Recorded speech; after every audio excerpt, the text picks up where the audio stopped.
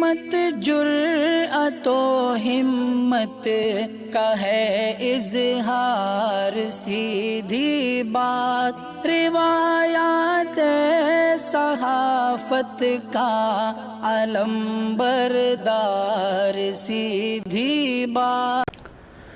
नाज़रीन गिरामी अस्सलामु अलैकुम व रहमतुल्लाहि व बरकातुहू।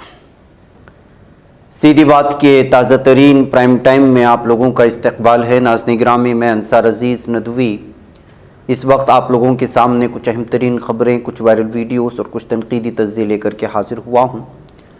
नाज़रीन गिरामी, तमहीदी तफसीलात में गए बग़ैर मैं बराह रास्त ख़बरों पर तबसरा शुरू करूँगा। उससे पहले जो हमेशा से आपसे दरख्वास्त रही है इदारे को मजबूत करने की, हर एतबार से आप इस पर तवज्जो दें, लोगों को ज़रूर जोड़ें। नाज़रीन गिरामी, सबसे पहले आज की ब्रेकिंग न्यूज़ पर नज़र कर लेते हैं। वाराणसी कोर्ट ने ज्ञानवापी मस्जिद इहाते में मौजूद मुबैना शिवलिंग की कार्बन डेटिंग कराने का मुतालबा वाले अर्ज़ी को खारिज कर दिया है। या हिंदू फरीक कहें या हिंदुत्व फरीक की तरफ से ये अर्ज़ी दाखिल की गई थी कि जिसकी मुस्लिम फ़रीक ने शदीद अल्फाज में मुखालिफत की थी। इस सिलसिले में वाराणसी कोर्ट ने दोनों फ़रीक की दलीलें गुज़िश्ता समातों में सुन ली थी और 14 अक्टूबर को फ़ैसला सुनाने का ऐलान किया था। आज वाराणसी कोर्ट के ज़िला जज अजय कृष्ण विश्वेश ने मुबैना शिवलिंग की कार्बन डेटिंग करने वाले अर्ज़ी को खारिज करते हुए हिंदू फरीक को ज़ोरदार झटका दे दिया है। अर्ज़ी को खारिज करने के बाद वाराणसी कोर्ट ने बताया कि सुप्रीम कोर्ट ने अपने हुक्म में कहा था कि जहां मुबैना शिवलिंग पाया गया है उसे महफूज रखा जाए। ऐसे में अगर कार्बन डेटिंग के दौरान मुबैना शिवलिंग को नुकसान पहुँचता है तो इस सुप्रीम कोर्ट के हुक्म की खिलाफ वर्जी होगी। साथ ही वाराणसी कोर्ट ने यह भी कहा कि मुबैना शिवलिंग को कार्बन डेटिंग के दौरान किसी भी तरह का नुकसान पहुँचता है तो इससे आवाम के मजहबी जज्बात को भी ठेस पहुँच सकती है। नाज़रीन गिरामी, मालूम रहे कि इससे कबल वाराणसी कोर्ट ने प्लेसेस ऑफ वर्शिप एक्ट 1991 को दरकिनार कर श्रृंगार गौरी ज्ञान वापी केस को समाअत के लायक माना था। उसके बाद से इस मामले में समाअत चल रही है। इस दरमियान में हिंदू फरीक की 4 अर्जी गुजार खवातीन ने अर्जी दाखिल कर कार्बन डेटिंग कराने का मुतालबा किया था। इस मुतालबे को आज अदालत ने खारिज कर दिया। हालांकि श्रृंगार गौरी में पूजा की इजाज़त को लेकर दाखिल केस पर समाअत अभी भी जारी है। तकमीली तलबीना, ताकत, सेहत और शिफा के लिए सुन्नत और तिब्बे नबवी का बेहतरीन नुस्खा। अपनी ताकत व सेहत को बढ़ाने और हमेशा बाकी रखने के लिए हर रोज सुबह नाश्ते में खुद भी इस्तेमाल करें और अपने घर वालों को भी इस्तेमाल कराएं। इसी तरह आप अपने इलाके में तकमीली तलबीना का बिजनेस करके हर महीने 15 से 25 हजार रुपए तक आसानी से कमा सकते हैं। मजीद जानकारी हासिल करने के लिए अभी कॉल करें 9890963757। Takmeeli food products private limited, Malegaon, India. नाज़रीन गिरामी, इधर खबर आ रही है कि अलीगढ़ में सिर्फ ज़िला इंतज़ामिया ने 103 मदारिस को सर्वे के बाद गैर कानूनी करार दिया है। जी हाँ, उत्तर प्रदेश हुकूमत की जानिब से रियासत भर में चलने वाले तमाम मदारिस को इंतज़ामिया से सर्वे रिपोर्ट तलब की गई थी, जिसके बाद ज़िला मजिस्ट्रेट इंदर विक्रम सिंह ने तहसील सतह पर एक टीम तश्कील देकर सर्वे शुरू करा। जिसके बाद ज़िला मजिस्ट्रेट इंदर विक्रम सिंह ने तहसील सतह पर एक टीम तश्कील देकर सर्वे कराया था। टीम ने सर्वे मुकम्मल करके रिपोर्ट हुकूमत को भेजी है। मज़ीद कार्रवाई का फ़ैसला हुकूमती सतह से ही किया जाएगा। दरअसल अलीगढ़ ज़िला इंतज़ामिया की तरफ से भेजी गई सर्वे रिपोर्ट में ज़िला की 5 तहसीलों में कुल 103 मदारिस गैर कानूनी पाए जाने की बात कही गई है। उत्तर प्रदेश मदरसा बोर्ड में रजिस्ट्रेशन के बगैर चलाए जा रहे थे। जिन मदरसों में तहकीकात की गई उनमें एक मदरसा फैज़ान कुरान भी शामिल था। और जो सवालात किए गए थे, फैज़ान कुरान मदरसा चलाने वाले मोहम्मद मकसूद आलम ने एक चैनल से गुफ्तगू की थी और इस सिलसिले में उन्होंने कहा कि 11 सवालात पूछे गए थे कि ज़मीन कैसी है, किराए की ज़मीन पर चला रहे हैं या अपनी ख़रीदी हुई है, अगर ज़मीन ख़रीदी है तो किस तरीके से ख़रीदी गई, मदरसे में कितने बच्चे हैं, आप किस हद तक तालीम दे रहे हैं, आप हिंदी अंग्रेज़ी में तालीम दे रहे हैं या नहीं, आप कौमी तराना गाते हैं या नहीं, 26 जनवरी 15 अगस्त मनाते हैं या नहीं, जो मदरसा चला रहे हैं उसमें आपके फ़ंड्स कहाँ से आते हैं, हमने अपने पास मौजूद तमाम मालूमात बता दी थी। ऐसे में हमारी सोसाइटी 2009 की थी जिसे 2014 में रिन्यू कराया गया था, लेकिन हम ऐसा ना कर सके। उन्होंने हमें कहा कि आप जल्द से जल्द इसे रिन्यू करा लें ताकि हुकूमत की तरफ से आपके खिलाफ कोई कार्रवाई ना की जाए। बैकअप नाज़रीन गिरामी, सिर्फ जो है इस वक्त अलीगढ़ ज़िला इंतज़ामिया की जानिब से यहीं पर उससे मुत्तसिल तहसील से 103 मदारिस को गैर कानूनी करार दिए जाने पर आप अंदाज़ा लगा सकते हैं कि क्या कुछ हो रहा है। नाज़रीन गिरामी, कल भी हमने हरियाणा के गुरुग्राम में जिस तरह से ईशा की नमाज में घुस कर के लोगों पर हमला किया गया था वो वीडियो हमने आप लोगों के सामने भी दिखाई थी। अब इस सिलसिले में पुलिस ने जुमेरात को सूबेदार नज़र मोहम्मद की शिकायत की बुनियाद पर पुलिस ने बिलासपुर थाने में ताज़ीरात हिंद की मुताल्लिका दफ़ात के तहत मामला दर्ज कर लिए जाने की खबरें आ रही हैं। पुलिस ने कहा है कि शिकायत में तस्करा किया गया है कि जुमेरात के अलग सुबह इसमें मुलजिमी ने मस्जिद पर हमला किया, नमाज़ों को पीटा और मस्जिद को बाहर से बंद कर दिया और फिर वहाँ से फ़रार हो गए।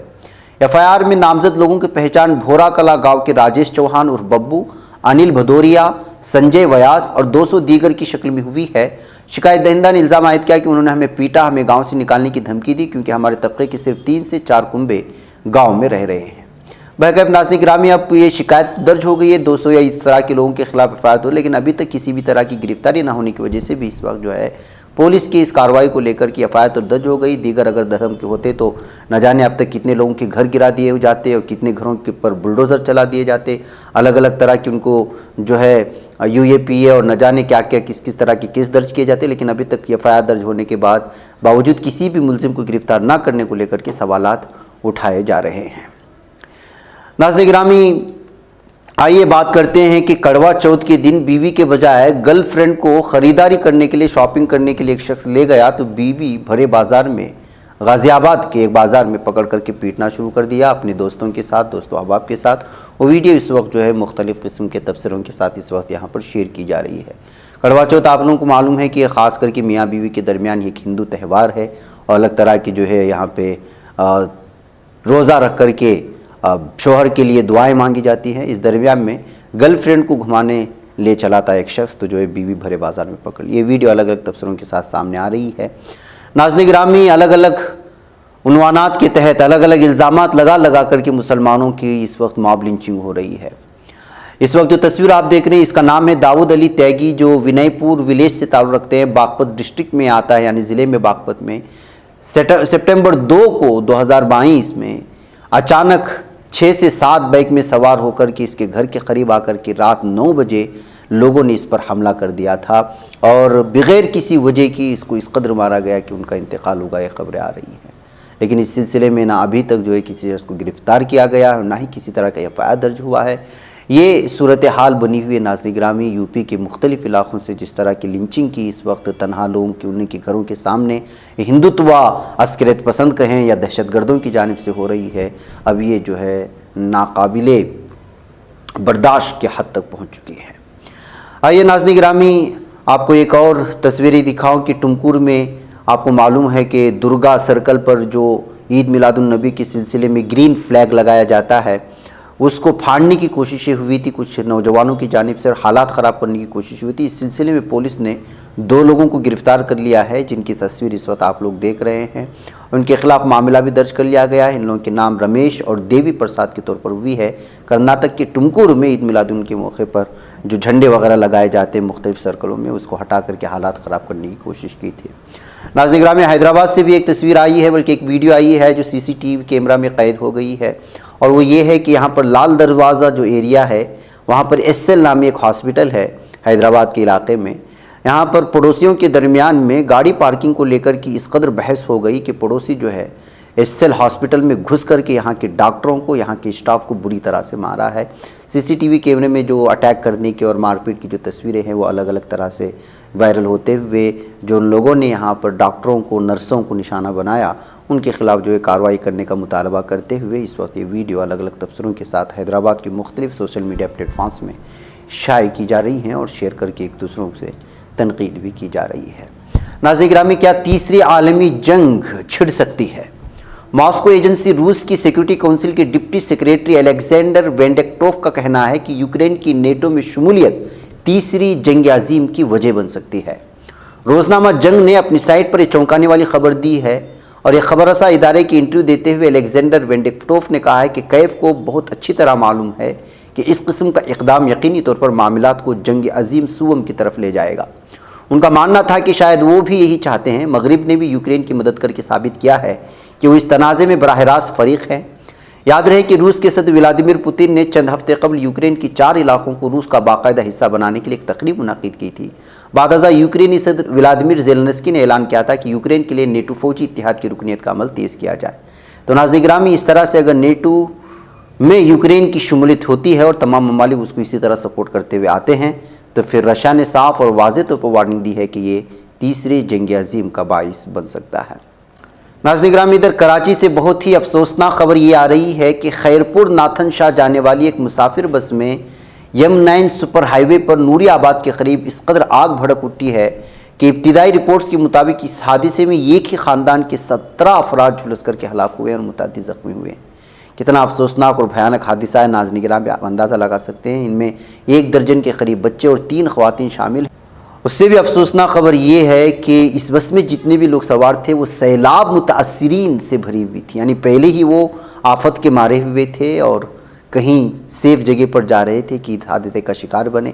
हादसे के वक्त इस बस पर 50 के करीब मुसाफिर सवार थे जो सैलाब की तबाहकारियों के बाइस आरिजी तौर पर कराची नकल मकानी कर गए थे और वापस अपने आबाई इलाकों को लौट रहे थे। इस दरमियान में ये बड़ा हादसा पेश आया है। जामशोरों के ज़िली कमिश्नर आसिफ जमील के मुताबिक सैलाब मुतासिर सूबाई दारकूमत कराची से वापस अपने इलाकों तक पहुँचने के लिए प्राइवेट ट्रांसपोर्ट का इस्तेमाल कर रहे हैं और ये मुसाफिर बस भी उन्हीं में से एक थी जिसमें आग भड़क उठी। बस में आग लगने की वजह हतमी तौर पर मालूम नहीं हो सकी, ताहम कहा जा रहा है कि मुमकिन तौर पर आग एयर कंडीशन यूनिट में शॉर्ट सर्किट के बायस लगी थी। आग बस के पिछले हिस्से से शुरू हुई और देखते ही देखते उसने पूरी बस को अपनी लपेट में ले लिया। कई मुसाफिरों ने बस से कूदकर अपनी जान बचाई। इस हादसे में मुतअद्दिद अफराद ज़ख्मी भी हुए हैं। नाज़रीन गिरामी, ये कराची से आने वाली बहुत ही अफसोसनाक खबर है। नाज़रीन, मुझे यहाँ पर इजाज़त है, इंशाअल्लाह फिर आप लोगों से मुलाकात होगी। अस्सलाम वालेकुम रहमतुल्लाहि व बरकातुहू। बच पाता है कोई सहाफ़ी की निगाहों से, मिलाता है ये लोगों को मोहब्बत की पनाहों से। करम और दर्द मंदी का है एक संसार, सीधी बात अज़ीमत जुर्अतो हिम्मत का है इज़हार, सीधी बात अज़ीमत जुर्अतो हिम्मत का है इज़हार, सीधी बात। ये चैनल हक निगर बनकर कुचल देता है फितनों को,